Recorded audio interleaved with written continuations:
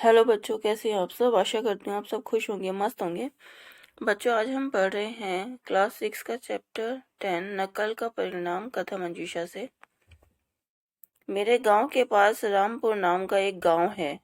हमारे गांव में कोई पक्की सड़क नहीं है और ना ही रामपुर में कोई पक्की सड़क है। हमारे गांव और रामपुर गांव दोनों से ही एक एक चौड़ी पगडंडी एक स्थान पर जाकर मुड़ मुख्य सड़क से मिलती है।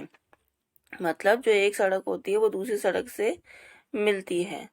उस मुख्य सड़क पर पहुंचकर हम शहर जाने के लिए बस लेते हैं। दोनों ही गांववासियों को उस तिराहे तक जाना पड़ता है। मतलब जहाँ पे 3 सड़कें इकट्ठी एक साथ मिलती हैं तो वो तिराहा होता है। इसलिए वहाँ पर आने जाने वाले काफ़ी लोग हो जाते हैं। उस तिराहे पर एक आम का पेड़ है। उस पेड़ के नीचे एक नाई बैठता था। आते जाते लोग उससे हजामत बनवाते तथा अपने बाल कटवाते थे। हजामत बनवाने का मतलब क्या होता है? शेव करवाना। जो जेंट्स लोग नाई के पास जाते हैं और अपनी हजामत बनवाते हैं। सुबह से शाम तक कड़ी मेहनत करके वह अच्छे खासे पैसे कमा लेता था। वह हर मौसम में सुबह जल्दी दुकान खोल लेता था।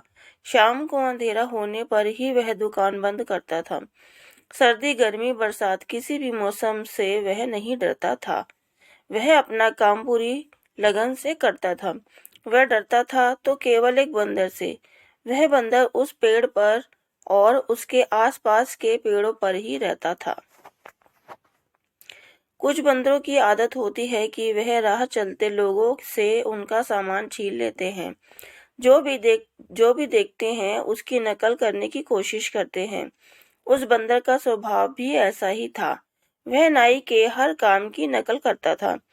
नाई जब भी किसी ग्राहक की दाढ़ी बनाने लगता तो बंदर अपनी बंदरिया के मुंह को हाथों में लेकर उसे नाई की तरह मलता और उस पर एक लकड़ी इस प्रकार फेरता मानो उसकी शेव कर रहा हो। नाई जब किसी के बाल काटता तो वह भी अपनी बंदरिया के बाल काटने का नाटक करता।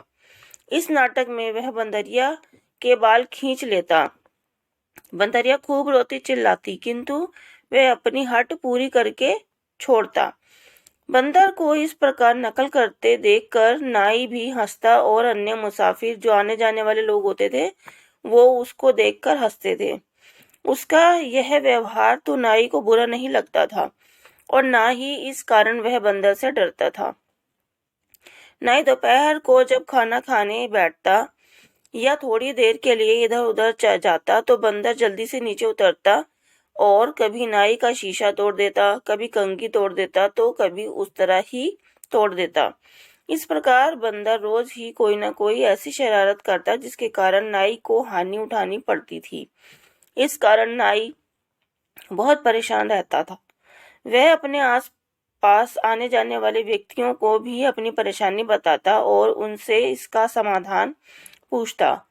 समाधान मतलब कि ये बंदा मुझे इस तरह से तंग करता है, बताओ मैं इससे कैसे छुटकारा पाऊं या मैं इससे कैसे बचूं। किंतु उनके द्वारा बताए गए सभी जो उपाय व्यर्थ साबित होते थे। मतलब जो लोगों से पूछता था और लोग उसे बताते थे तो वो कोई कुछ भी उपाय काम नहीं आए। उसने बंदर और टोपी वाले की कहानी भी सुनी हुई थी।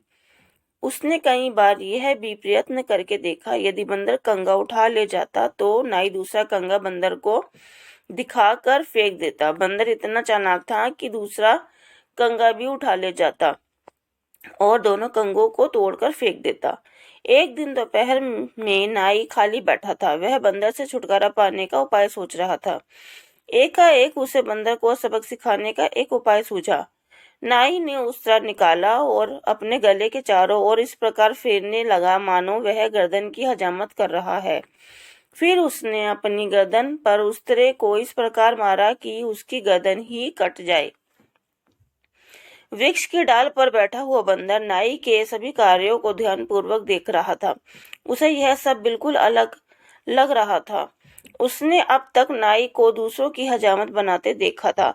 यह देखकर वह अपनी बंदरिया की हजामत करता था, उसके बाल काटता था। आज उसने पहली बार नाई को अपनी गर्दन पर उस्तरा चलाते हुए देखा था। नाई के कई उस्तरे बंदर तोड़ चुका था। अब उसके पास 2 ही उस्तरे बचे थे, इसलिए वह इन दोनों उस्तरों को बहुत संभाल कर अपने पास रखता था। वह खाना खाता था, इधर उधर जाता तो उस्तरा अपने पास ही रखता। बंदर ने नाई को जब से उस तरह अपने गले पर फेरते हुए देखा, तब से उसे बेचैनी होने लगी थी कि कब नाई वहां से हटे और उसके हाथ उस तरह लगे। उस दिन नाई ने जानबूझकर उस तरह अपने सामान के पास बाहर ही छोड़ दिया और पानी पीने के बहाने कुछ दूर जाकर एक वृक्ष के पीछे छिपकर खड़ा हो गया। बंदर ने देखा कि सामान के पास कोई नहीं है। वह तेजी से पेड़ के नीचे उतरा और जोर से उसी प्रकार अपनी गर्दन पर उस्तरा फेरा, जिस प्रकार नाई ने उस्तरा फेरने का नाटक किया था। जैसे ही बंदर ने जोर लगाकर उस्तरा फेरा, वैसे ही बंदर का गला कटकर लटकने लगा और उसकी मृत्यु हो गई। नाई दूर से यह दृश्य देख रहा था। अपनी चाल की सफलता देखकर वह प्रसन्न हो उठा। मतलब जो चाल उसने चली थी वो उसमें कामयाब हो गया तो वो खुश हो गया। उसने अपनी बुद्धि का प्रयोग करके अपनी समस्या का हल निकाल लिया था। जो व्यक्ति बिना सोचे समझे दूसरों की नकल करता है, उसे हमेशा हानि ही उठानी पड़ती है। ओके बच्चों, आज ये चैप्टर मैंने कंप्लीट कर दिया है। आशा करती हूँ आपको अच्छे से एक्सप्लेन किया हो और आपको समझ आ जाए। बच्चों, अगर आप मेरे चैनल पर नए आए हैं और आप वीडियो देख रहे हैं तो मेरे चैनल को ज़रूर सब्सक्राइब कर लीजिएगा, ताकि मेरी हर एक आने वाली नई वीडियो की नोटिफिकेशन ईजिली आपके मोबाइल तक पहुंच सके। और बेल आइकन को भी ज़रूर प्रेस कीजिएगा। और वीडियो पसंद आए तो लाइक शेयर कमेंट कीजिएगा। मेरी वीडियो देखने के लिए थैंक यू बच्चों। Okay, take care.